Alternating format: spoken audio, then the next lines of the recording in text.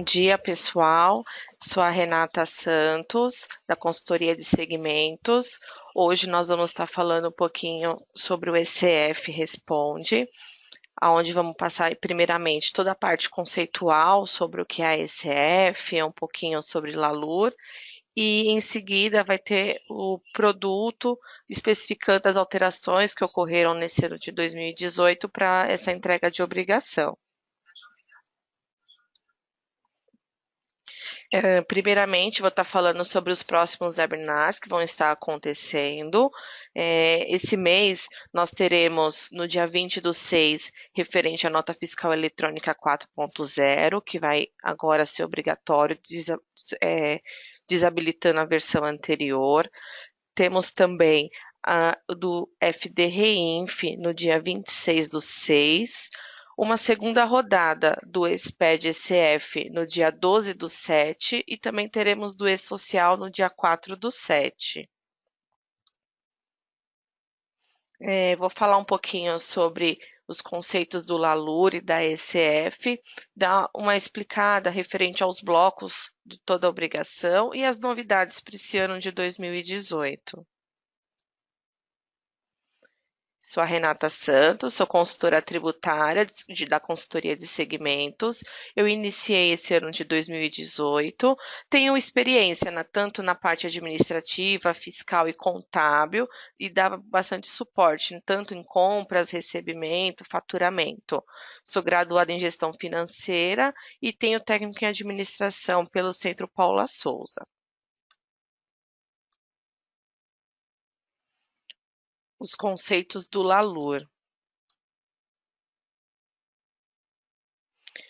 O Lalur ele foi criado em 1977 com a finalidade de ajustar os demonstrativos contábeis para a declaração de R, adicionando e excluindo as informações referentes ao lucro líquido do período. O livro eletrônico do Lalur e do LAC, eles substituíram a versão manual só em 2014. E a ECF, a Escrituração Contábil Fiscal, ela só foi instituída em 2013. A finalidade é demonstrar toda a passagem do lucro contábil para o lucro, assegurando a separação tanto da escrituração comercial e fiscal. Também é um controle para as bases de cálculo do imposto de renda, pessoa jurídica e da contribuição social, destinado à apuração extracontábil. No Lalur também tem que conter as operações que influenciaram a composição da base de cálculo, tanto a título do imposto de renda e da contribuição social.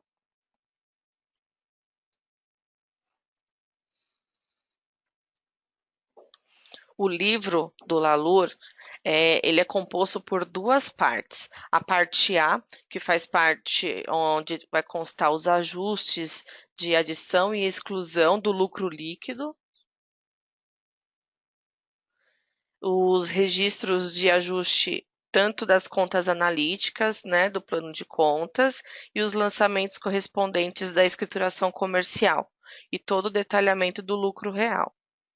A parte B serão mantidos os registros de controle, tanto de prejuízo fiscal, dos períodos subsequentes e outros valores que influenciam a determinação do lucro real dos períodos futuros que não constam na escrituração comercial. Com a ECF, a entrega do Lalur passou a ser obrigatória, porque antes não era enviada essa informação ao fisco, ficava somente em posse das empresas. Somente em caso de fiscalização, aí era solicitado e a empresa é obrigada a demonstrar. Na ECF foram criados registros específicos do Lalur, e aí eu vou estar falando um pouquinho depois, mais para frente, esses blocos. Uma inovação da ECF também é que as empresas obrigadas à entrega da ECD também conseguem recuperar os saldos e as contas existentes para preenchimento inicial da ECF.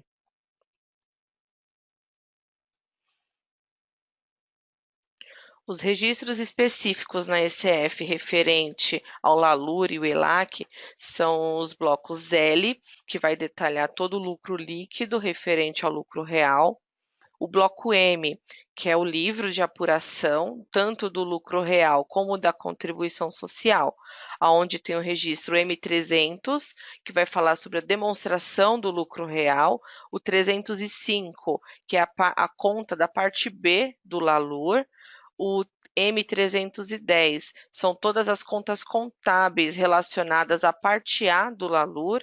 O M350 já fala sobre a parte da contribuição social, vai ter toda a demonstração da base de cálculo.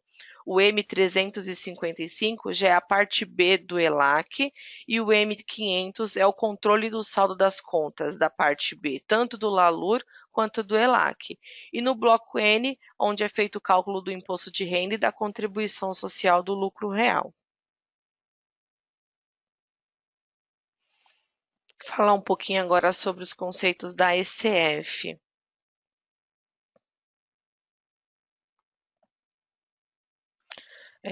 O objetivo da ECF é exatamente informar ao fisco todas as operações que influenciaram na composição da base de cálculo, tanto na apuração do imposto de renda como na contribuição social, tanto da origem contábil e fiscal. Falar um pouquinho sobre a evolução de todo junto ao SPED. Em 2007, foi instituído o SPED, que é o Sistema Público de Escrituração Digital, onde ele recebe todas as obrigações eletrônicas, né, acessórias que é transmitida para o governo. Em 2009, foi feita a primeira proposta referente ao ELALUR. Somente em 2013, obrigou as empresas do lucro real presumido, imunes e isentas, a fazer o EFD, Imposto de Renda Pessoa Jurídica. E somente em 2013 ela foi substituída pela ECF. E aí foi quando já começou também a recuperar os saldos da ECD para poder facilitar na entrega da obrigação. Quem está obrigado da entrega da ECF? São todas as pessoas jurídicas, tanto imunes e isentas, e as que são tributadas no lucro real, lucro arbitrado e lucro presumido. As empresas em conta de participação de cada SPC também deve preencher a própria ECF e deverá fazer para cada CNPJ da sócia ostensiva. Quem estão dispensados da ECF? A pessoa jurídica, optante pelo Simples Nacional, os órgãos públicos, as autarquias e fundações públicas e as pessoas jurídicas inativas, que estão obrigadas à entrega da DCTF negativa. Vou falar um pouquinho sobre os tipos de tributação. Primeiramente, vou falar sobre o lucro real, né? Que ele tem como principal característica a base do cálculo do imposto é o resultado através da contabilidade, que quando ocorre algum prejuízo fiscal, ele não precisa ser apurado o imposto de renda e a contribuição social. Ou seja, o prejuízo, quando ocorrer, pode ser compensado em futuros lucros, tendo um limite de 30% do lucro real da empresa. O lucro presumido, ele tem como principal característica a base de cálculo tanto do imposto de renda e da contribuição social, que é apurada a partir de percentuais de presunção de lucro, que é aplicado sobre a receita bruta no trimestre, sendo resultado acrescentado às receitas financeiras e ganhos de capital que não fazem parte das atividades operacionais da pessoa jurídica. Portanto, as receitas e ganhos que não fazem parte de atividade operacional serão incluídos na base de cálculo integralmente. O fato da empresa apurar contabilmente eventual prejuízo, mesmo assim, vai calcular o imposto de renda e a contribuição social. O percentual de presunção do lucro, tanto para cálculo do imposto de renda ou da contribuição social, aí vai depender da função e da atividade que a empresa exerce. E o lucro arbitrado. A adoção do lucro arbitrado ocorre geralmente por iniciativa do fisco, no caso em que as empresas têm alguma escrituração contábil ou mercantil desqualificada por algum motivo, ou considerada sem valor ou inidônea, ou em casos específicos por iniciativa da própria empresa. O arbitramento por conta do contribuinte pode ocorrer em casos fortuitos ou de força maior, ou conforme definição da legislação civil. Nesse caso, a determinação da base de cálculo do imposto de renda e da contribuição social é semelhante ao lucro presumido, só que tem um acréscimo de 20%.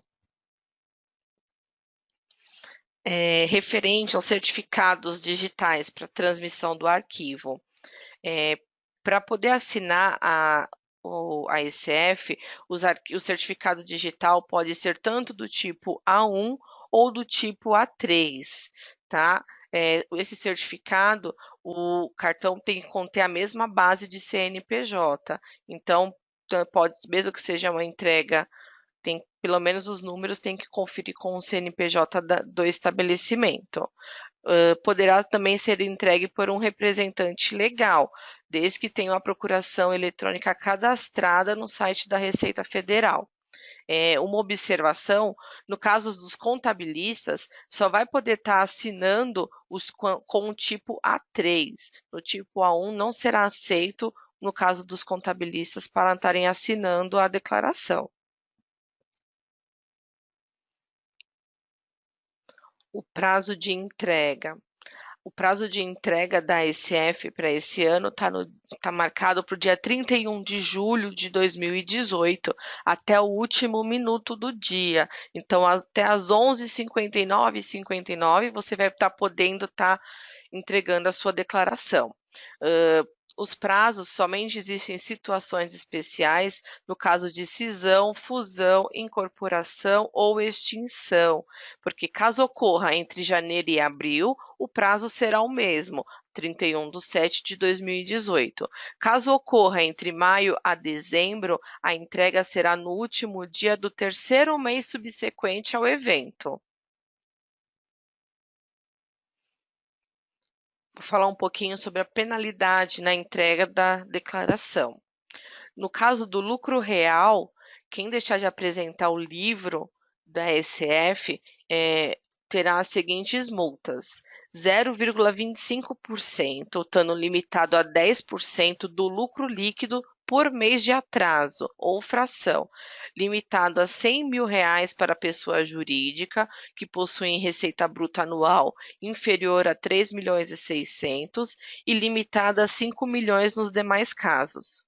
Haverá redução dessa multa, caso seja apresentada até 30 dias após o prazo de entrega, a redução é de 90%. Se ela for apresentada até 60 dias, a redução é de 75%. E desde que seja antes de uma intimação fiscal, essa redução cai para 50%.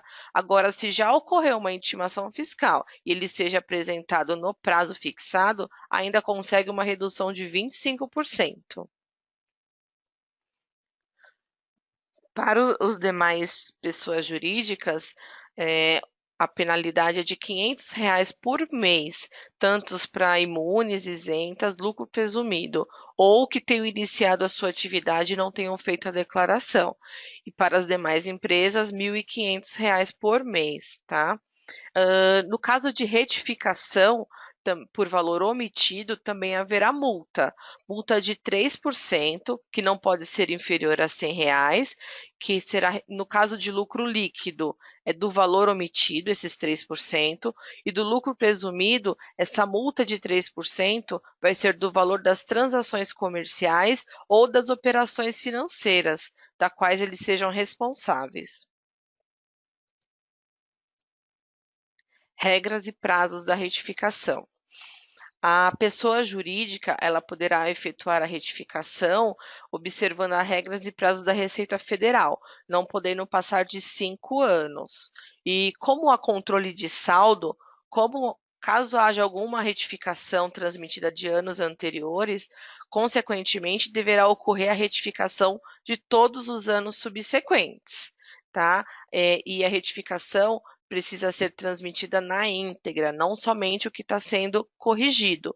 Então, a ECF não aceita arquivos complementares para o mesmo período informado. Vou falar um pouquinho sobre os blocos da ECF. Tá? O bloco da ECF, ele como bloco de abertura tem um bloco 0, que como eu coloquei aqui, tem aqui, são obrigados para o tipo de tributação, para todos os tipos de tributação, tanto lucro real, presumido, arbitrado e imune. O bloco C, ele é as informações que são recuperadas da ECF. Ele também pode ser obrigatório para todas as linhas de segmento de tributação. O bloco E já são as informações recuperadas da ECF, que também serão utilizadas por todos os tipos de tributação. O bloco J, que é o plano de contas e mapeamento, também vai ter todo o mapeamento dos planos de contas, referencial da ECD e permite adições no PVA.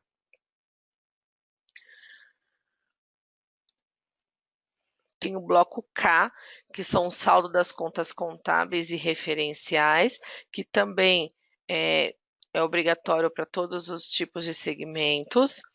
O bloco L, que é referente ao lucro líquido do lucro real. Esse é um bloco que é obrigatório somente para o lucro real, não entrando para os outros tipos de tributação. O bloco M, que conforme eu já citei anteriormente, também somente para o lucro real, e o bloco N também é outro que é somente para o lucro real, que é referente aos detalhes do imposto de renda e da contribuição social. Temos o bloco P, que ele é específico do lucro presumido, então para os outros tipos de tributação ele não é obrigatório. O bloco Q, que é do livro caixa, também é específico do lucro presumido. Temos o bloco T, ele já apura tanto o imposto de renda e a contribuição social, específico do lucro arbitrado. Temos o bloco U, que ele é específico também para os imunes e isentas.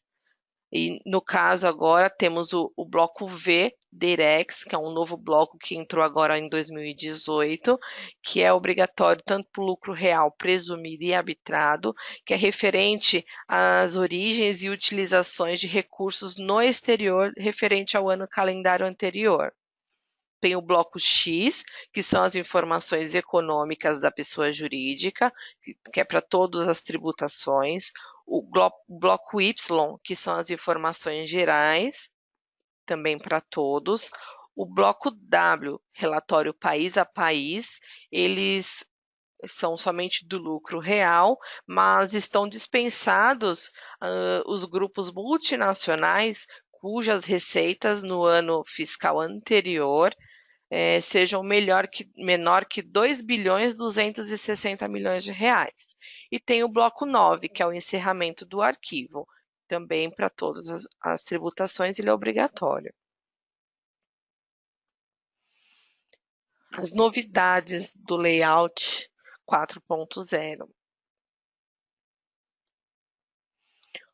Como principal novidade, foi o que eu comentei anteriormente, é o bloco V do DEREX, que ele passará a integrar a ECF agora em 2018. Ele deverá ser preenchido por todas as empresas que são obrigadas a apresentar a declaração e destinam-se às pessoas físicas e jurídicas exportadoras que devem informar anualmente a Receita Federal a origem e todas as utilizações de recursos durante o ano calendário anterior. Novidades também, houve atualização dos registros M300 e M350, onde houve uma revisão dos registros com adição de novos códigos e exclusão dos códigos das tabelas dinâmicas, para melhor alinhamento para adição e exclusão do lucro líquido. Falar um pouquinho sobre o bloco V. O bloco V, que corresponde à declaração sobre a utilização dos recursos de moeda estrangeira, que é o DEREX. A obrigatoriedade se aplica nos casos de utilização internacional das moedas, como podemos mencionar, é uma operação tanto com os valores recebidos e aplicados diretamente no exterior. Essa operação são comuns para muitos grupos empresariais e o que deve ser informado, tanto a aplicação financeira, investimento, as aquisições de bens, aquisições de serviço e as transferências para outras instituições financeiras no exterior. Aqui segue a estrutura do bloco V. Ele é composto por 6 registros, que tem a abertura, o da instituição, onde está ocorrendo a movimentação, o bloco 020, que vai informar quem é o responsável pela movimentação, o bloco V030 vai informar qual foi o período em que ocorreu a declaração, o V100 vai demonstrar todos os recursos das moedas que ocorreram durante o recebimento das importações, e o V990, que é o encerramento. Nós aqui estamos apresentando essa telinha aqui do portal do cliente, que caso vocês queiram já se inscrever para os próximos eventos Responde, é só estar entrando no portal do cliente, no chatbot que fica na parte inferior, aí você pode direcionar exatamente, tem lá e-social, REINF, nota fiscal eletrônica, aonde vai direcionar exatamente para a tela, onde você vai estar pesquisando os eventos. Se você colocar também na caixa de pesquisa somente a palavra responde e desabilitando o TDN, o YouTube, você vai conseguir ver todos os eventos responde separados por mês. Então, nesse caso aqui a gente colocou o de maio, mas já tem a tabela, as datas de junho, onde vocês vão estar podendo se inscrever para todos os eventos. No TDN também vai estar constando todo o material deste webinar e de todos os outros, caso vocês tenham interesse de outro tema. Ele é separado tanto por ano como por segmento. Então, DIRF, Social, REINF, ECF, Nota Fiscal Eletrônica, tudo vai estar constando no portal do TDN. Mais uma vez, só para deixar relembrando vocês as datas dos próximos webinars do mês de junho e julho, que primeiramente agora, logo no dia 20, teremos o do Nota Fiscal Eletrônica 4.0, teremos também o do REINF no dia 26/6, o do E-Social, que será no dia 4/7, e uma nova rodada do ECF, quando estiver mais próximo da entrega das obrigações, para o dia 12/7.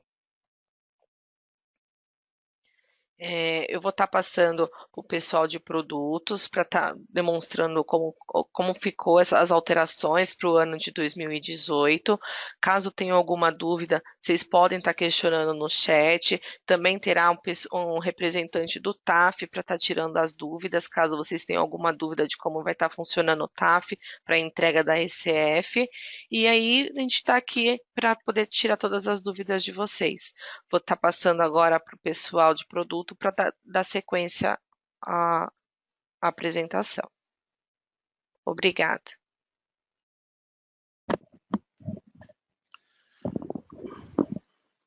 Pessoal, bom dia. Meu nome é Fábio. Eu sou maestro da equipe de suporte técnico de ativo e contábil. Eu vou estar explicando para vocês as novidades da linha de produto Proteus, a ICF. Aqui comigo tem André Cerqueira, que é do desenvolvimento contábil. Temos também o Gustavo Nascimento, que é do suporte do produto TAF, e temos o Luca Núcio, que é PO do TAF também. Eles vão estar atuando durante a minha apresentação. Vocês podem estar fazendo seus questionamentos que vierem a surgir via chat, que eles já estão atuando lá no chat. Vocês podem tirar suas dúvidas por lá também. Vou dar início aqui.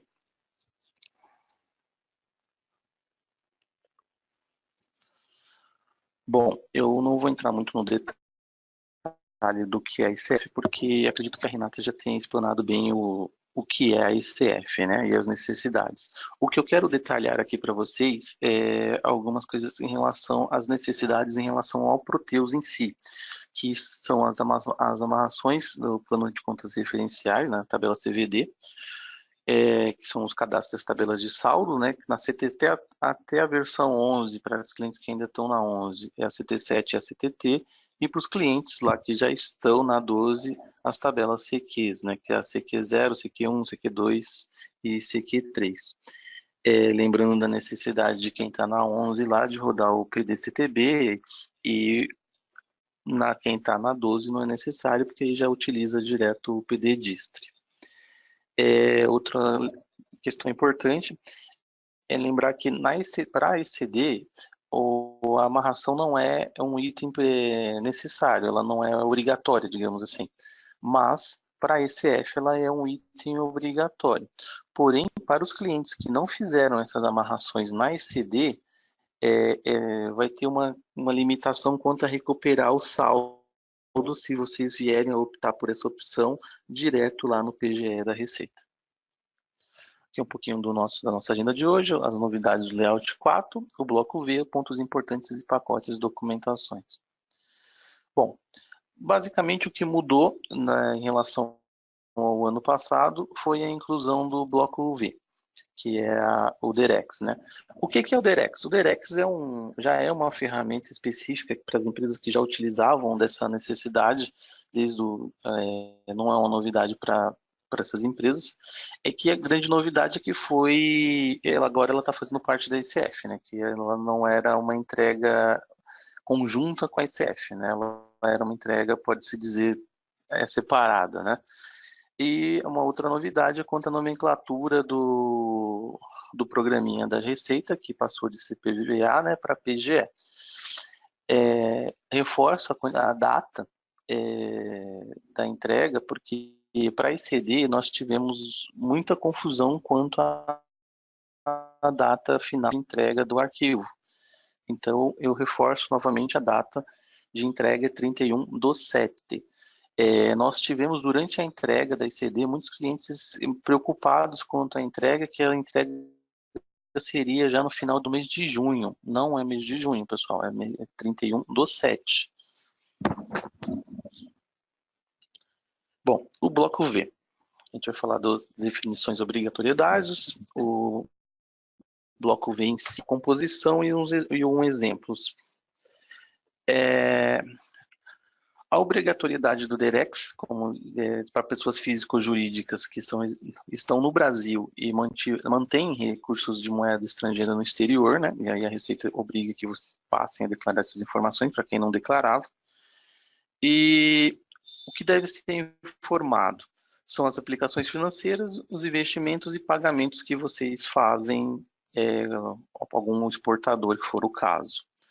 Como isso deve ser apresentado? Separado mês a mês, por país, por moeda e por instituição financeira. Como eu citei, o DEREX é uma declaração que utiliza os recursos de moedas estrangeiras, né, que são decorrentes de recebimentos de exportações, ou seja, quem recebe quantias que não ingressem no Brasil relativas às exportações. Precisa realizar a declaração para a Receita Federal. Isso é uma obrigatoriedade, pessoal. Entrando especificamente no Proteus, nós fizemos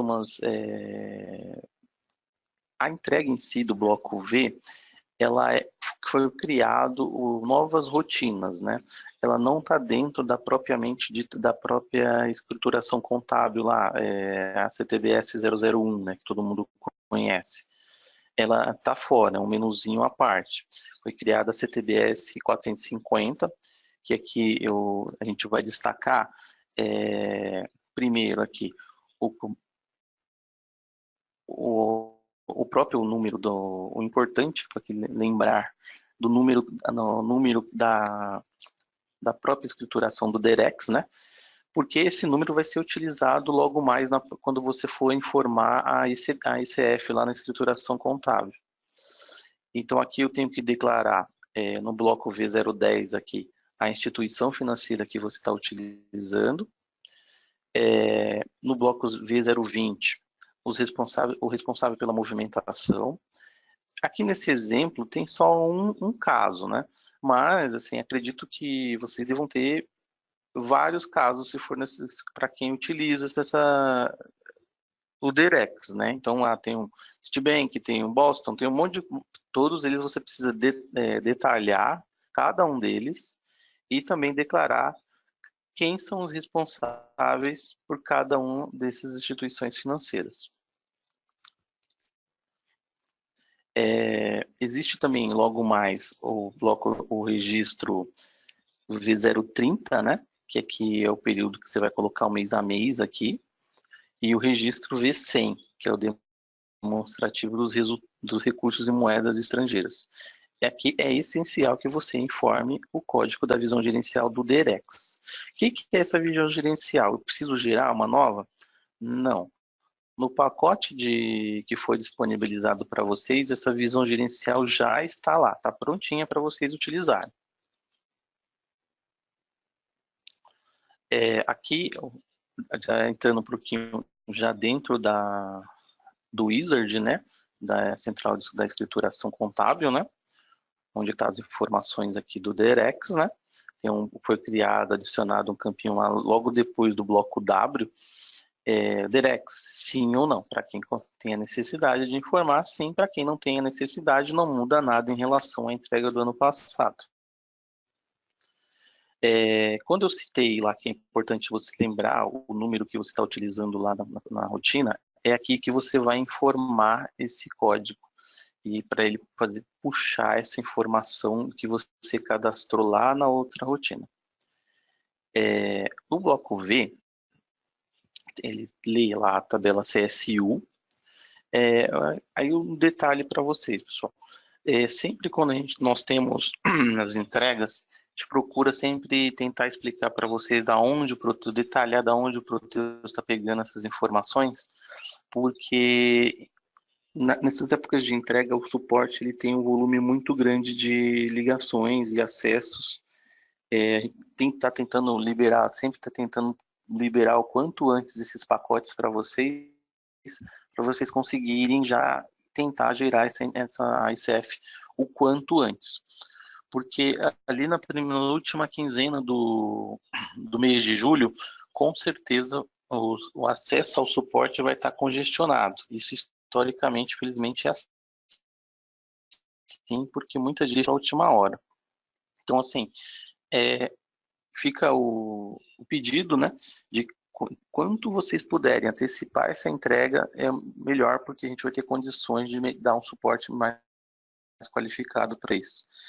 Entrando no detalhe aqui, por que a gente coloca o nome das tabelas? Justamente porque nesse período, como o suporte fica congestionado, a gente procura meio que detalhar de onde que o Proteus está tirando essas informações, para que vocês, de certa forma, consigam fazer e arrumar os registros que precisam ser arrumados, sem a necessidade de acesso ao suporte em si, né?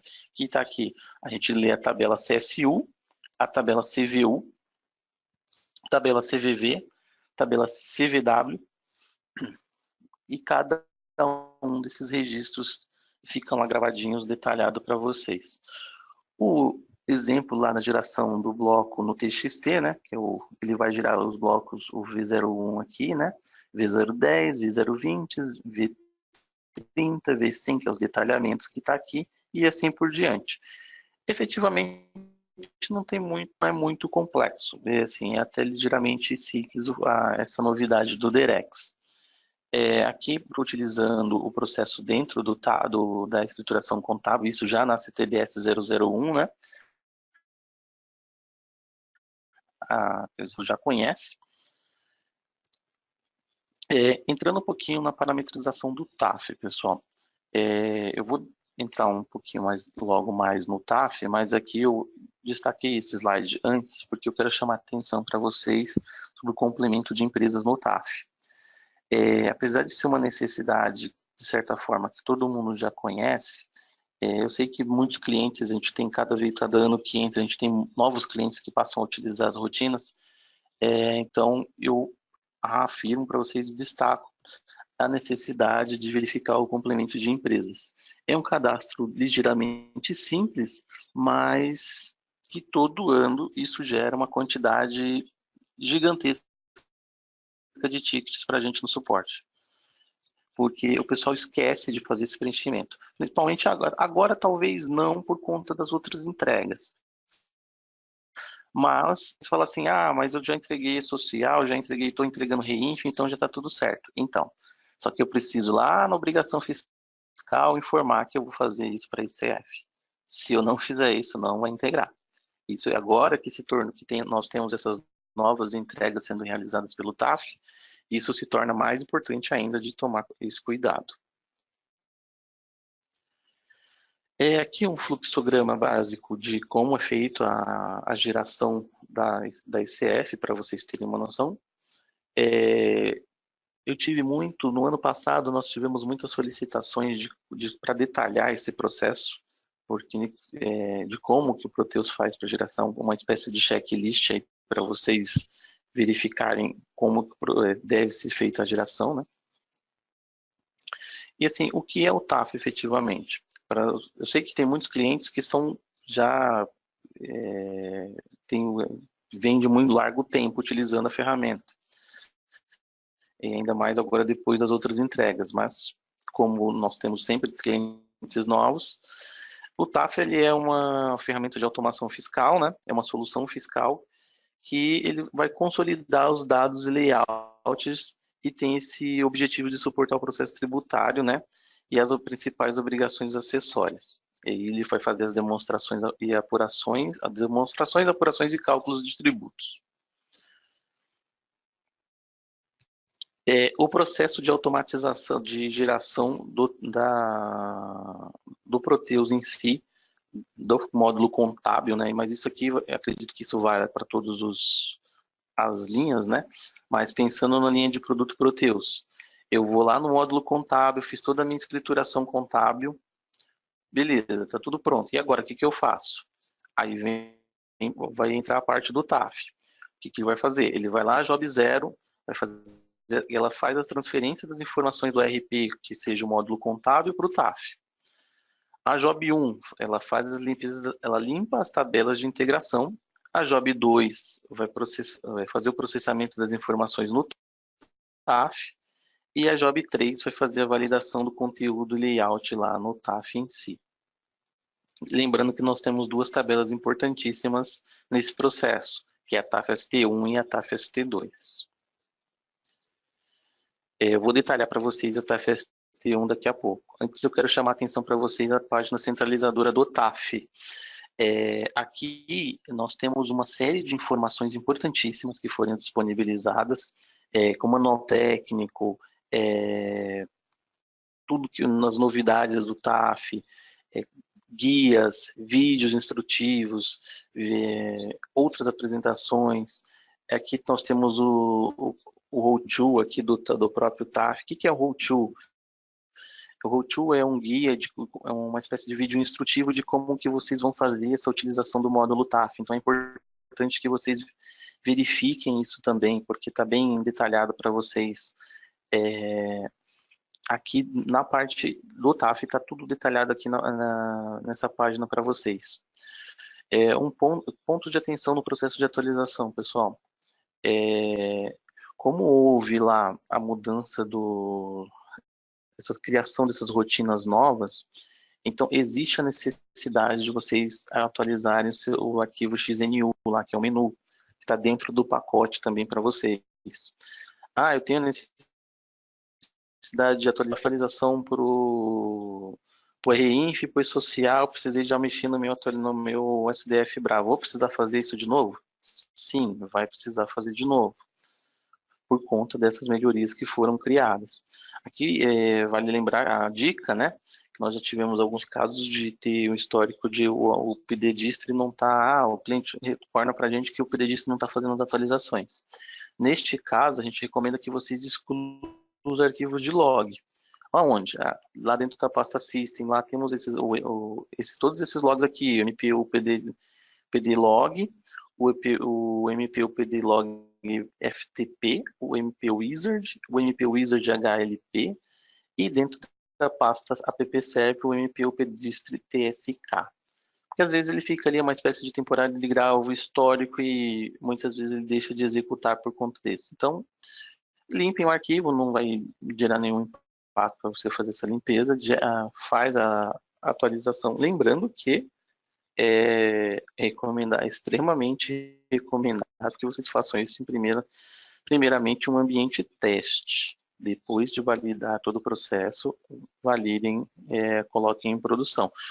O ideal, pessoal, é que o seu ambiente teste seja espelho do ambiente de produção. Por quê? Ano passado, na mesma entrega da ICF, particularmente eu tive envolvimento em praticamente 5 casos idênticos de clientes que colocaram ou executaram, fizeram a atualização, fizeram esse processo, né, de primeiro executar em ambiente teste e depois fazer em produção. Aí em teste foi tudo ok, validado certinho, e chegou na produção, chegamos para alguns problemas. E a gente não conseguia fazer funcionar de forma alguma, e quando foi detalhar, fazer uma análise detalhada do que estava acontecendo no ambiente de produção do cliente, a gente viu que a estrutura de dicionário não era a mesma, tinha informações, amarrações contábeis não eram as mesmas, visões gerenciais não eram as mesmas. Então, assim, ou seja, apesar de ser um ambiente teste, como não era um espelho, a situação em si, todo o processo que foi realizado no ambiente teste foi correto, mas não tinha as mesmas alterações que existiam no ambiente de produção. 3 clientes a gente conseguiu corrigir a tempo para poder fazer a entrega pelo ambiente de produção, mas 2 clientes, devido à quantidade de informações que existiam divergentes entre os 2 ambientes, os clientes optaram por fazer a entrega pelo ambiente de teste. Então, é recomendado que vocês verifiquem se esses ambientes são ambientes espelho, que devido nós temos 2 módulos, mas é uma atualização complexa, então, para não ter essa perda de tempo aí, nem o retrabalho, é importante que seja verificado esse ponto. As atualizações aqui do TAF em si, né, os parâmetrozinhos aí que o pessoal que já está acostumado ao TAF utilizar, né, que é o VLTCOM, ele deve ficar vazio, o TAF Tally, o TAF TDB e o TAF Report. Esses arquivinhos, esses 4 parâmetros, digamos assim, são aqui os parâmetros principais aí no processo de atualização do TAF. Bom, o processo de integração do contábil para o TAF é feito pela TAF Integ, que aqui vocês vão fregar lá as informações que vocês vão mandar para o TAF. A tabela TAF ST1, pessoal, essa tabela é extremamente importante no processo de integração. Muitas vezes a gente vai, durante o suporte, espero que vocês não precisem, mas caso tenha algum problema, a gente vai talvez pedir essas informações para vocês. Então, se vocês tiverem problemas na geração, é recomendado, inclusive, que vocês já, né, na abertura do ticket, já anexem para a gente a tabela TAF ST1. Por quê? Porque a gente ganha tempo. A gente consegue avaliar a TAF ST1 mais rapidamente e não fica, a gente ganha esse tempo de tentar entrar em contato com vocês, me manda TAF ST1 para eu analisar, aí até eu voltar no seu ticket. Então, se vocês já mandarem essa informação para nós, no momento que eu vou chegar no seu ticket, eu vou conseguir já detalhar o que está acontecendo e te dar uma resposta mais ágil. Bom, a TAF ST1 em si, está aqui o layout em si dela, né? Como que eu consigo visualizar esses registros? Quando eu clico aqui na opção, se vocês verificarem, tem todos os registros aqui que estão sendo gerados para o arquivo, né? O T127, eu vou detalhar o T127 aqui para vocês, mas se eu ver aqui, tem todos eles estão aqui. Caso vocês precisem, tem aqui o linkzinho aqui, vocês conseguem visualizar isso de maneira mais rápida. Lembrando que os registros são divididos aí pelo registro pai e a mensagem de cada registro pai é exibida no seu filho. Basicamente como se fosse uma estrutura do próprio arquivo do PGE mesmo. Mas entrando no registro, quando vocês clicam lá para visualizar o registro, vocês conseguem visualizar melhor a estrutura do arquivo. Aí eu vou ter aqui a TAF-FIO, o código da mensagem, a TAF-SEG, a SEC, né? A TAF-PREG, a TAF-IK, que é uma chave, e a mensagem em si. Baseado na mensagem, eu consigo olhar pelo manual, verificar o que está sendo enviado aqui no arquivo. Se vocês visualizarem aí do lado, eu estou mandando ali o código da natureza. E aí eu tenho os códigos que eu aceito, né? Que são aceitos lá, tanto pelo PGE quanto pelo TAF, né? Lembrando que o TAF ele pega as mesmas informações que o PGE mesmo está validando. Então, a validação que o TAF fizer para você é uma validação, uma crítica que o PGE iria fazer. Você está antecipando e o TAF está facilitando esse processo para vocês. Aqui nós temos o registro T087, detalhado aqui para vocês do lado. E assim, erros comuns. É muito comum a gente ter esse erro aqui, ó, valor, aí tem o código da conta, informado na ID da conta referencial da CAGIS e desse TART, não existe na base de dados. E aí ele traz a mensagem aqui que está enviando. Mas que é isso? Ele está falando, basicamente, ele está falando que o registro ele não está encontrando essa conta na amarração. Então, como é que eu vou corrigir isso? Eu vou ter que acessar o gerenciador lá de integração, selecionar o ticket que está sendo feita a integração, abrir o registro e vou ter maiores detalhes. Onde que eu vou verificar isso? O arquivinho lá, que você pode pegar pelo próprio manual, mesmo que vai estar aqui. A conta está aqui, ó, no caso. O valor ERIC, no caso, eu fiz questão de detalhar aqui um nome para ficar mais fácil para vocês visualizarem. Informado na conta referencial da C10, underline CTRF, não existe na base de dados. Ou seja, a conta ERIC não existe no cadastro plano de contas do TAF. Ah, mas é um problema do TAF? Não. Neste caso, a conta superior lá no módulo contábil não está amarrada corretamente. Então, ela não vai exportar.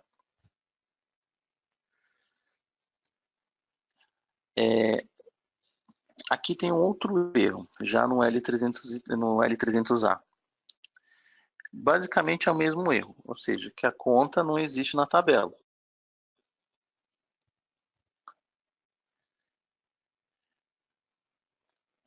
Que vocês podem verificar aqui, que é o código da conta aqui em cima, né, 042, 03, né, não existe no ID da conta referenciada.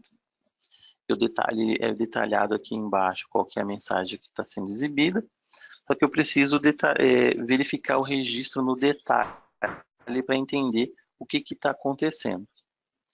Bom, se eu pegar aquela conta, for fazer uma visualização naquela conta, eu vou verificar, eu tenho que voltar lá no contábil, né? Verificar se a minha natureza, lá no meu cadastro em si, né, no meu plano de contas, está correto, se a amarração contábil está correta. A amarração contábil que eu digo é amarração com plano de contas, tá, pessoal? Não é amarração contábil de centro de custo, não. E, por fim, verificar se as autocontidas dentro do TAF estão corretas. O mapa mental do TAF. O que é o mapa mental do TAF? Eu gosto muito de direcionar os clientes a esse mapa mental, porque aqui eu tenho detalhamento de que cada tabela que os registros são utilizados, são alimentados. Então eu consigo visualizar isso de maneira mais fácil dentro do TAF. Eu acredito que usuários mais avançados isso vai ajudar bastante durante a entrega. Bom, pacotes de documentações. Anteriormente eu tinha citado para vocês a página centralizadora do TAF. Essa página centralizadora aqui é a página da ECF em si, contábil. O que acontece? O que eu tenho aqui? Assim como lá na página do TAF, eu tenho aqui vídeos how-to, né? Que são vídeos instrutivos de como fazer os processos. Tem os pacotes de atualização, tem o fax, tenho, assim, enfim, assim, tenho toda a infinidade de informações aqui que vocês podem utilizar para fazer a geração. Eu gosto de detalhar também o checklist. Muitos clientes já conhecem o checklist lá da ICD, mas ele também, a mesma rotina serve para ICF, ou seja, para que serve o checklist? O checklist ele é um pré-validador, né, das rotinas contábeis. Aqui ele não valida o TAF em si, ele valida todos esses errinhos que eu citei para vocês agora das amarrações. O checklist, em 90% dos casos, ele consegue trazer para vocês, já antecipar se existem esses erros para vocês. Eu acho que até mais, acho que até uns 98%, assim. São raros os casos que passam. É uma user function, não é uma rotina padrão do Proteus, é uma user function. Então vocês têm que fazer, quem optar por utilizar pode fazer o download, aplica o pacote e roda, ele vai emitir um relatóriozinho das possíveis falhas no cadastro, se houverem, né? Se não tiver nada, ele não vai imprimir nada. Nós estamos estudando implementar essa rotina, fazer uma série de melhorias, né, claro, e implementar isso no produto padrão. A gente está pegando algumas, de acordo com a utilização de vocês, né? Nós temos recebido alguns feedbacks em relação a essa rotina, a gente vai fazer algumas melhorias nela, para então adicionar ela no padrão, de maneira oficial. Bom, aqui tem as FAQs do Hotsite, que é a página centralizadora, né? Aqui tem uma série de FAQs que vai auxiliar também no processo de geração da escrituração, as amarrações. Como a ICF lá é uma geração um pouquinho mais complexa em relação a ECD, então assim, aqui a gente tem algum detalhamento de onde nós tivemos a preocupação de não somente detalhar o processo, como detalhar o que cada registro está fazendo, da onde está brigando as informações, justamente para tentar minimizar essa necessidade de ter o contato com o suporte. Não com a questão de o suporte não quer atender, não é isso. É justamente por conta da demanda que sobe consideravelmente, a gente tenta fazer o processo de forma mais rápida para vocês. O pacote de documentações está aqui nesse link também de forma centralizada. A gente estava com uma estabilidade hoje pela manhã no pacote para fazer o download do pacote da versão 12.17, que já está sendo verificado. Inclusive, não sei, de repente até possa já ter sido corrigida, né? Foi o tempo que a gente estava vindo se preparando para fazer o evento aqui. Mas tinha essa instabilidade que está sendo analisada. Mas isso somente para a versão 12.17. As demais versões estavam funcionando. Lembrando que clientes na versão 11, o pacote está liberado, porém, somente para clientes que têm a garantia estendida. Bom, pessoal, assim como na ECD, nós temos o chatbot também para ECF. Aqui eu detalhei ele aqui da ECD, porque ele ainda provavelmente vai se liberar. A gente estava alimentando algumas informações ainda para o chatbox. Mas o processo é o mesmo. Vai aparecer o linkzinho aqui da ICF. Vocês vão clicar na ICF e ele vai listar uma série de perguntas para vocês conseguirem, de maneira, digamos, autodidata, tentar resolver esses problemas. A gente alimentou o chatbot com muita informação, acredito que ele vai auxiliar bastante vocês, também nesse processo de tentar auxiliar sem ter muito contato com o suporte por conta da demanda. Basicamente, o atendimento do chatbot, você vai fazer lá com as suas perguntas, né? e ele vai te direcionar a melhor resposta. Se no final, mesmo assim, você não conseguiu sua resposta que você precisava, você vai conseguir abrir um ticket por aqui mesmo, não vai ser necessário voltar lá no início para fazer essa geração novamente, a abertura do ticket. Então, o recomendado é que entre primeiro pelo chatbot, verifique se tem lá sua dúvida, caso já tenha, ele já vai te direcionar a resposta. Caso não tenha, aí sim você abre o ticket. Então, eu acredito que não tenha perda de tempo, acho que é uma ferramenta de auxílio muito boa para vocês. Os vídeos How-To, como eu havia citado, né? Nós temos uma série de vídeos para poder fazer de geração da ECF. Dessas novidades, a gente vai estar liberando ainda o How-To da geração do bloco V. Acredito que até o final da semana isso já está pronto. Tem outros vídeos aqui de apresentações anteriores. Mas eu queria ver como que faz a geração da ECDF inteira. Ok, nós temos aqui, está disponível aqui nos eventos anteriores, vocês podem olhar. Nós temos lá na parte TAF também tem o processo de integração do início ao fim. Então, assim, tem muita informação aqui, pessoal, muita informação mesmo. E basicamente é isso, pessoal.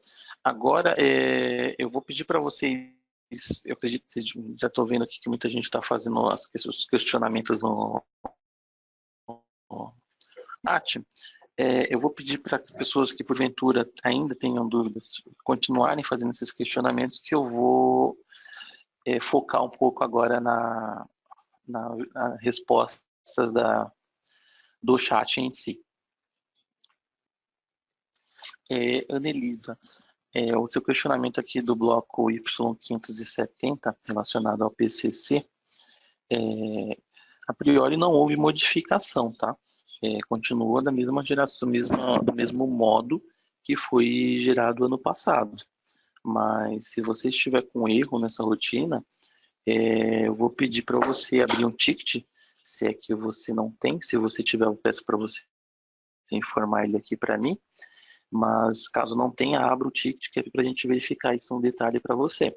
E aí você anexa para a gente o erro que está ocorrendo, por favor. Bruno Duenas, o link da versão 11, como citei, ele só está disponível para clientes com garantia estendida. Por esse motivo não está disponível aqui no portal.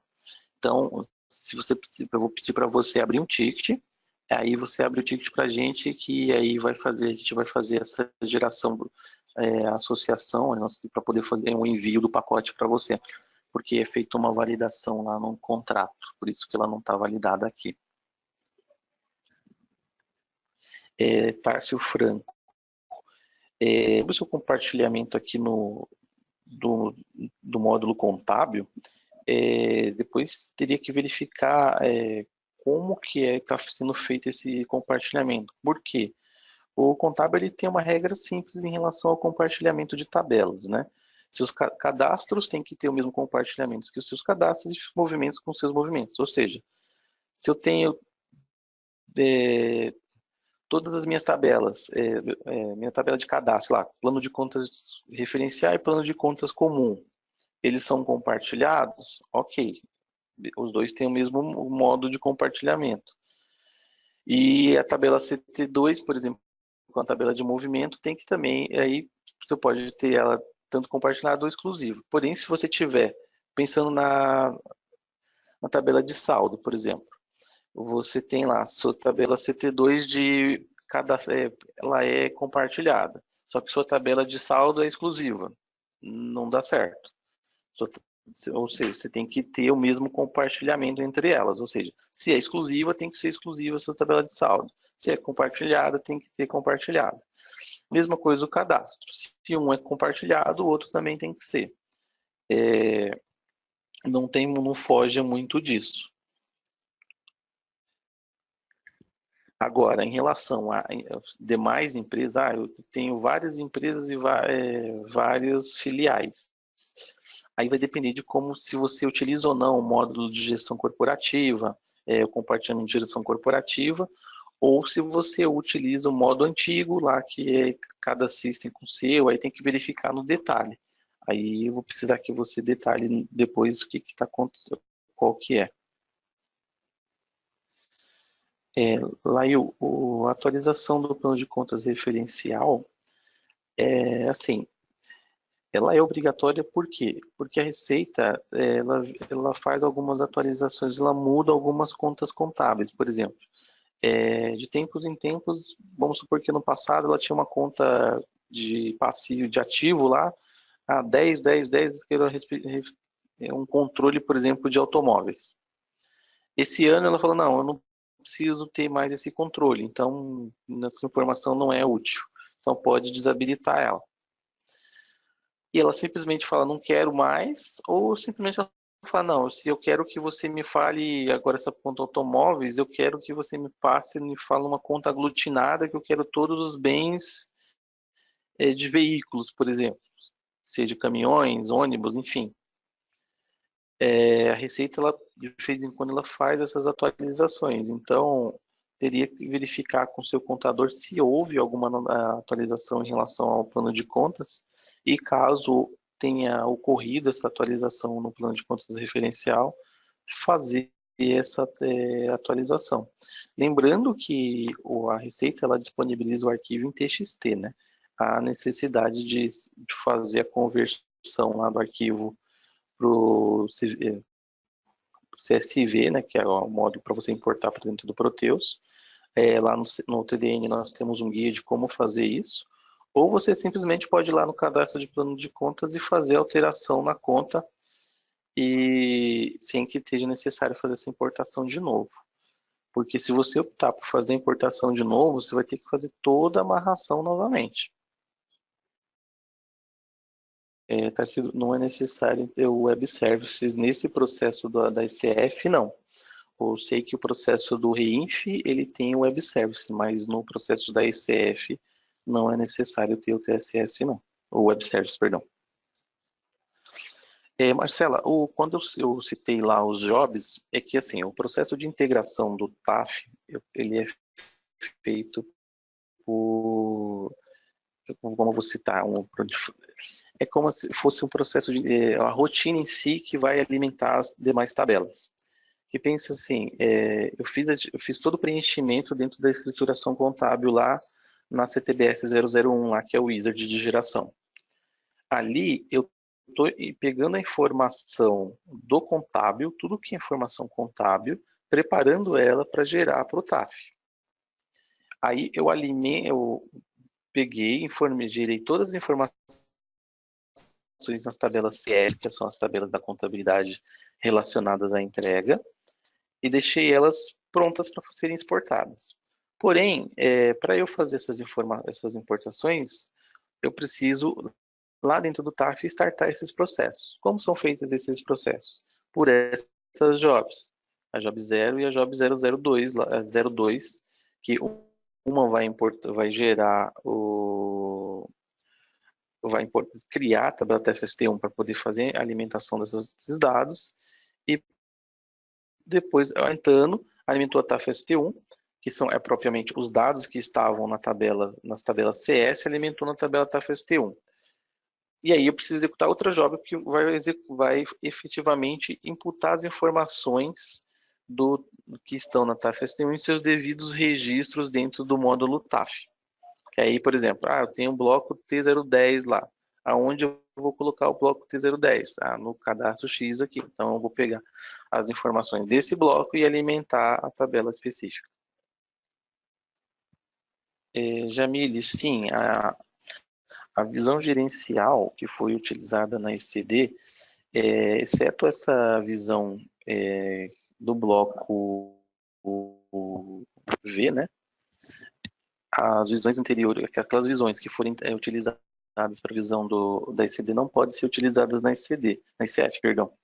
Porque a forma de geração, a forma de apresentação dos dados, elas são diferentes. A receita PGE da receita valida de forma distinta. Então, por isso que elas não podem ser utilizadas de maneira a mesma que foi utilizada na ICD, utilizar na ICF. Se for o caso, tem que reestruturar a visão. Como, basicamente, ano que vem provavelmente vai ser necessário utilizar essa visão novamente para ECD, o ideal é que seja criada uma nova visão para a ECF em si. Bom, Isabel, assim, as tabelas que são carregadas para o TAF, dentro da contabilidade, são basicamente conteúdo das tabelas CS. E aí elas são alimentadas lá na TAF ST1, que por consequência depois imputadas também dentro do TAF. Mas aí o processo de geração tabela CS, dentro do que são alimentadas pela rotina de escrituração contábil, e depois as TAF ST1, que já é a job que alimenta, e TAF ST2, e assim vai por diante. Agora, o processo de análise em si fiz a integração, fiz a geração, deu erro lá e fiz toda a validação, tá tudo certo, não consigo identificar o que está acontecendo. Ok, o que eu preciso validar? Eu preciso verificar o processo inverso, ou seja, tá bom, se eu já fiz todas as validações, verifiquei meus cadastros, tudo certo, tem alguma coisa errada. Então eu vou verificar. Tá, FST1, a informação está lá?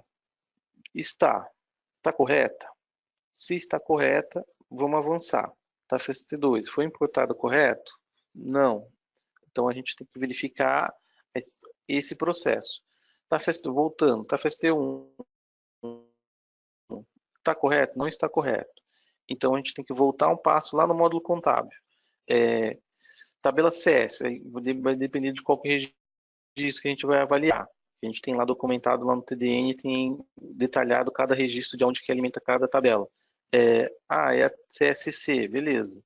Então vamos verificar se o conteúdo na tabela CSC foi alimentado certinho. E assim, é um processo realmente de análise mais complexo do que a entrega da ECD. Por isso que a gente pede para vocês anteciparem o máximo que vocês conseguirem a entrega, para a gente conseguir suporte mais qualificado para vocês. Alessandra responda. Na verdade, a visão gerencial da ECD não é que desse ano não pode ser utilizada. Ela nunca pôde. Em nenhuma das entregas ela pôde ser utilizada. A visão gerencial da ECD, ela tem um formato diferente desde a primeira entrega, desde o lado layout 1. Tarso, é exatamente isso. Uma visão gerencial que eu devo ter sempre uma visão para ECD e uma visão para ECF. Isso dependendo do arquivo que você vai gerar, né? Tipo, não sei qual que é a sua necessidade. Carlos, se você puder reformular a sua pergunta, eu não entendi. Assim,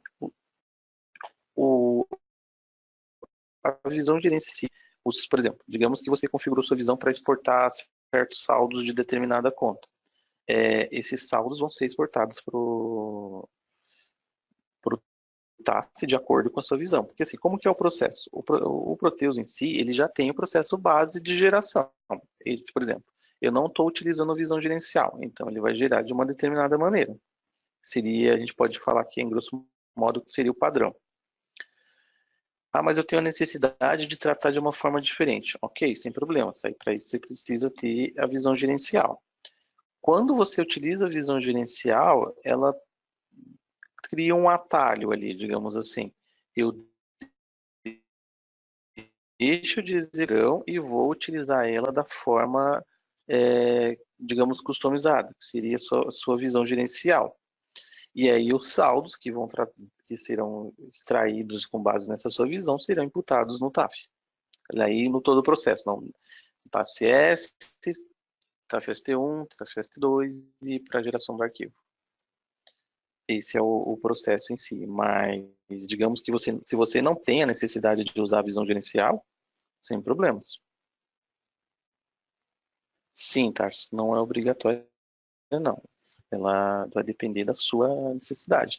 É que nós temos clientes que utilizam por forma de composição de saldos, enfim, por N motivos diferentes, eles preferem utilizar a visão gerencial, porque eles conseguem extrair,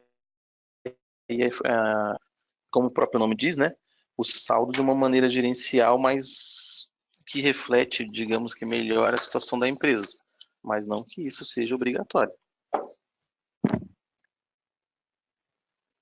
André, sobre sua dúvida aqui da alteração do plano de contas da entrega da ICD,